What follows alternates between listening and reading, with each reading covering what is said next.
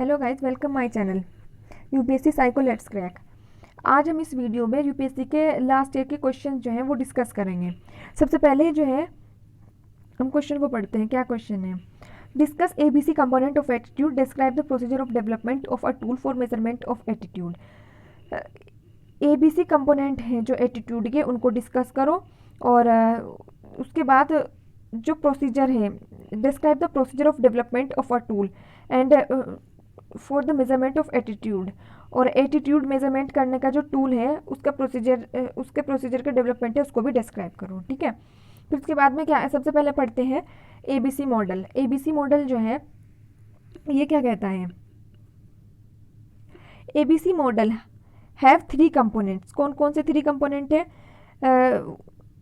Cognitive, affective, behavioural. ठीक है, जो हर एक एटीट्यूड है वो जो है 3 कंपोनेंट से मिलकर बना होता है। किस किस से? एक तो कॉग्निटिव, अफेक्टिव और बिहेवियर। ठीक है, और ये जो 3 कंपोनेंट्स है इनको ही क्या कहते हैं? हम ट्राई कंपोनेंट मॉडल कहते हैं। इसको ही हम क्या कहते हैं? Try component model. ठीक है, और ये 3 पार्ट से मिलकर बना हुआ है। क्या है ये 3 पार्ट्स? Cognitive, affective, behaviour. ठीक है, फिर उसके बाद में अब इस मॉडल को जो है कैसे समझेंगे? हम एक एग्जाम्पल के थ्रू समझेंगे। लेट सपोज कोई भी ह्यूमन है, उसने किसी भी वाइल्ड एनिमल को देखा, तो वो वाइल्ड एनिमल को देखने के बाद में उसके माइंड में उसका जो परसेप्शन है वो उसको लेकर के कैसा है, उसका माइंडसेट कैसा है, वो ये जो कॉग्निटिव कंपोनेंट है वो उस चीज़ को शो करता है। क्या उसका माइंडसेट है, क्या उसका बिलीफ है, उसके पास प्रेजेंट इन्फॉर्मेशन क्या है, वो उसके कॉग्निटिव या फिर उसके परसेप्शन को बताता है। ठीक है, फिर उसके बाद में नेक्स्ट क्या कहता है? अफेक्टिव। अफेक्टिव मीन्स एक ह्यूमन उस पर्टिकुलर एनिमल से या उस पर्टिकुलर हार्मफुल जो भी है ह्यूमन के लिए, उससे वो कैसे अफेक्ट हो सकता है, कैसे अफेक्ट हो सकता है, तो वो बताता है अफेक्टिव कंपोनेंट।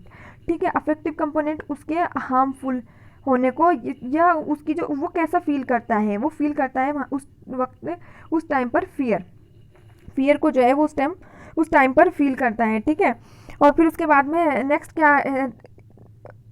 क्या है? बिहेवियर। बिहेवियर मीन्स इन सब स्टेप के बाद वो कैसे रिस्पॉन्स करेगा। पहला उसका माइंडसेट बन गया किसी भी चीज़ को लेकर के, फिर उसके बाद में उसके जो है कैसे वो अफेक्ट हो सकता है, उस तरह की फीलिंग उसके माइंड में आनी शुरू हो गई।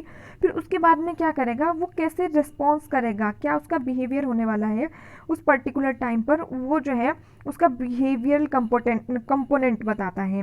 वो क्या करेगा, वहाँ से बहुत ही तेज़ दौड़ लगा देगा, वहाँ से भागना शुरू कर देगा। ठीक है, ये जो है इसका बिहेवियरल कंपोनेंट बताता है। तो इस तरीके से हमने एबीसी मॉडल को समझा। फिर उसके बाद में देखते हैं कि ये जो कौन से वे टूल हैं जिनके थ्रू हम क्या कर सकते हैं, एटीट्यूड को मेज़र कर सकते हैं। अब हम कैसे मेज़र करेंगे एटीट्यूड को? एटीट्यूड को मेज़र करने के लिए कुछ अलग अलग जो रिसर्चर हैं उन्होंने अपने अपने टूल डेवलप किए हैं। उनमें से एक है एल्थरस्टोन, उनमें से एक है गुटमैन स्केल, उनमें से एक है Likert type item summated rating scale, एक है सिमेंटिक डिफरेंशियल स्केल, जिनको हम आगे की स्लाइड में पढ़ेंगे। अच्छा, अब नेक्स्ट क्या कहता है? एल थर्स्टोन। एल थर्स्टोन क्या कहता है? सबसे पहले एल थर्स्टोन कौन है? इन्होंने जो है इस टूल को डेवलप किया था। इस मेजरमेंट टूल को जो है इन्होंने क्या किया था? Developed by the L Thurstone and the Chave. फिर उसके बाद में क्या है, ये सबसे पहली टेक्निक है जिससे हम एटीट्यूड को मेज़र कर सकते हैं। फिर उसके बाद में क्या है, ये क्या कहता है कि ये एक स्केल है जो कंसिस्ट करती है बहुत सारे स्टेटमेंट को किसी भी पर्टिकुलर इशू के बारे में, किसी पर्टिकुलर टॉपिक के बारे में, और जहाँ पर हर एक स्टेटमेंट को जो है एक न्यूमरल वैल्यू असाइन की जाती है। ठीक है, फिर उसके बाद में ये जो है इंडिकेट करता है कि रेस्पोंडेंट जो है उसका एटीट्यूड कैसा है किसी भी चीज़ को लेकर के, उसका जो एटीट्यूड है वो पॉजिटिव है या फिर नेगेटिव है, उसके लिए वो फेवरेबल है या नॉन फेवरेबल है। ठीक है, ये इस चीज़ को शो करता है। ये तो हो गया थर्स्टोन का। अब आते हैं नेक्स्ट किसके बारे में बात की जा रही है? नेक्स्ट बात की जा रही है Guttmann scaling. Guttmann scaling again is a very important. ठीक है, ये इसका एक और नाम है जिसको कहते हैं हम स्केलोग्राम एनालिसिस भी बोलते हैं हम इसको। ठीक है, स्केलोग्राम एनालिसिस, इसमें क्या होता है? It consist of statement that are arrange in a continuity. एक सीक्वेंस में जो है बहुत सारे स्टेटमेंट अरेंज किए जाते हैं वहाँ पे क्या होता है कि जिस पर्सन का हमें एटीट्यूड मेजर करना होता है उसको हम देखते हैं कि वो उन सब से एग्री कर रहा है या फिर डिसएग्री कर रहा है, वो अपनी एक्सेप्टेंस दे रहा है या नहीं दे रहा है। तो वहाँ पे गटमैन स्केलिंग के थ्रू हम उसकी एक्सेप्टेंस को जो है वहाँ पे देखते हैं, उसका एटीट्यूड वहाँ पर मेजर करते हैं through of the acceptance, agree और डिसएग्री, राइट। यहाँ पर भी अगेन हम एक और एग्जांपल ले रहे हैं जिसमें क्या करते हैं, हमने 4 हाइपोथेटिकल स्टेटमेंट्स लिए, उन स्टेटमेंट्स के बेसिस पे हम समझेंगे कि किसी पर्सन का एटीट्यूड कैसा है। Let's suppose in first statement ये क्या कह रहा है, kissing scenes in TV are harmful for the society. अगर किसिंग सीन्स जो है टीवी पर होंगे तो वे सोसाइटी के लिए हार्मफुल होंगे, ठीक है। फर्स्ट स्टेटमेंट में ये कह रहा है। सेकेंड स्टेटमेंट में क्या कह रहा है, सेकेंड स्टेटमेंट में कह रहा है कि we should not give the permission of childrens to watch kissing scenes on TV. पहले स्टेटमेंट में क्या कह रहा था, किसिंग सीन्स सोसाइटी के पर्सपेक्टिव में बात कर रहा था वो। अब क्या कह रहा है कि चिल्ड्रंस को जो है हमें परमिशन नहीं देनी चाहिए कि वो वॉच करें किसिंग सीन्स ऑन टीवी। उससे बच्चों की जो अपब्रिंगिंग है वो सही नहीं होगी, वो गलत चीज़ें सीखेंगे अपनी कम एज में, ठीक है। ये सेकेंड स्टेटमेंट कह रहा है। थर्ड स्टेटमेंट कहता है who manage the TV show. जैसा कि हमें पता है कि जो मूवीज़ हैं उनको कौन परमिशन देता है, उनको परमिशन देता है सेंसर बोर्ड। तो सेंसर बोर्ड की तरह टीवी का भी एक इसी तरीके से कोई बोर्ड होगा जो उनको परमिशन देता होगा।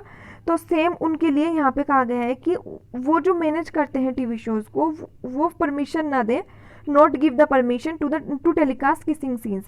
जो किसिंग सीन्स आ रहे हैं टीवी पर उनको जो है टेलीकास्ट करने की वो परमिशन ना दें, ठीक है। ये यहाँ पर कहा गया है। फिर उसके बाद में नेक्स्ट स्टेटमेंट कहता है government need to be ban these kind of scenes on TV. Kissing, यहाँ पर भी किसिंग सीन है, ठीक है, ठीक है। तो यहाँ पे क्या कह रहा है कि गवर्नमेंट को जो है बैन करने चाहिए इस तरह के सीन टीवी पर।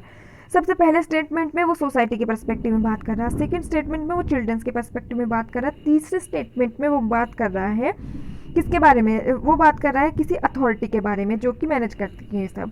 फिर लास्ट स्टेटमेंट में कह रहा है गवर्नमेंट के बारे में। यहाँ पर अगर कोई पर्टिकुलर पर्सन अगर फर्स्ट स्टेटमेंट से एग्री है, सेकंड से एग्री है, थर्ड से एग्री है, तो वो ऑल इन वन फोर्थ से भी फोर्थ को अगर वो एग्री कर देता है तो वो ऑटोमेटिकली जो शुरुआत के 3 स्टेटमेंट है उनसे भी एग्री कर रहा है,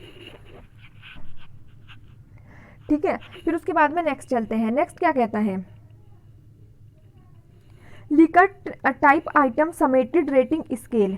इसके भी 2 नाम हैं। पहला क्या कहता है, लिकर्ट टाइप आइटम, और दूसरा है समेटेड रेटिंग स्केल, ठीक है। अब उसके बाद में इसमें क्या होगा, a number of statements are developed with respect to a topic. इसमें बहुत सारे जो स्टेटमेंट्स हैं वो डेवलप किए जाएंगे with respect to a topic, और उसमें रिस्पोंडेंट जो है जिसका एटीट्यूड मेजर किया जा रहा है या तो वो एग्री करेगा या फिर वो स्ट्रांगली एग्री करेगा या वो न्यूट्रल होगा या फिर डिसएग्री करेगा या फिर स्ट्रांगली डिसएग्री करेगा वो उन स्टेटमेंट के थ्रू। फिर उसके बाद में क्या करेंगे, some statements are positively worded and some are negatively worded. उसमें क्या होंगे कि कुछ स्टेटमेंट जो है या तो पॉजिटिवली वर्डेड होंगे या फिर कुछ स्टेटमेंट वहाँ पर नेगेटिवली वर्डेड होंगे। इसको हम कैसे समझेंगे, अगेन इसको हम फिर एग्जाम्पल के थ्रू समझेंगे। सबसे पहले हम इसमें क्या देखते हैं, sample of the Likert scale. यहाँ पर हम सैंपल ले रहे हैं कुछ, ठीक है। सबसे पहला एग्जाम्पल क्या दिया गया है, only US citizens should be allowed to own broadcasting station. केवल यूएस सिटीजन्स को ही ब्रॉडकास्टिंग स्टेशन के लिए अलाउ करना चाहिए, ताकि उनको ही ऑन करने के लिए अलाउ करना चाहिए।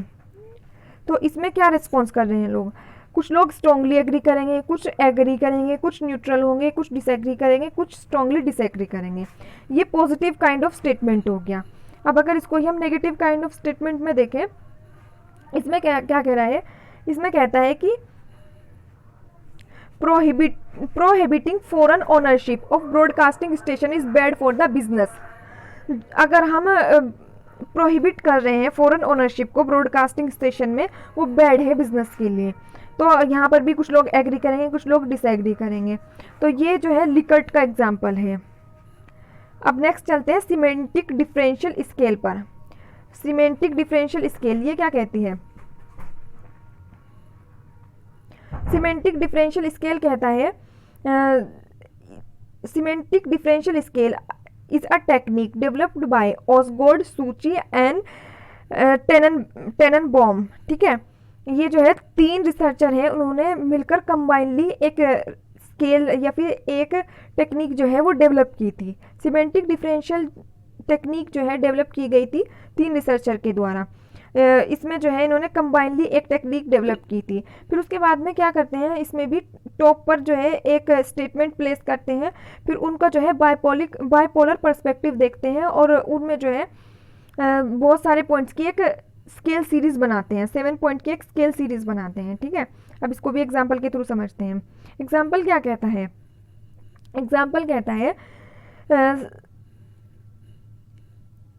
यहाँ पर कोई भी स्टेटमेंट जो है यहाँ टॉप पर प्लेस कर सकते हैं और उस स्टेटमेंट के बेसिस पे देखेंगे कि लोग बायस हैं।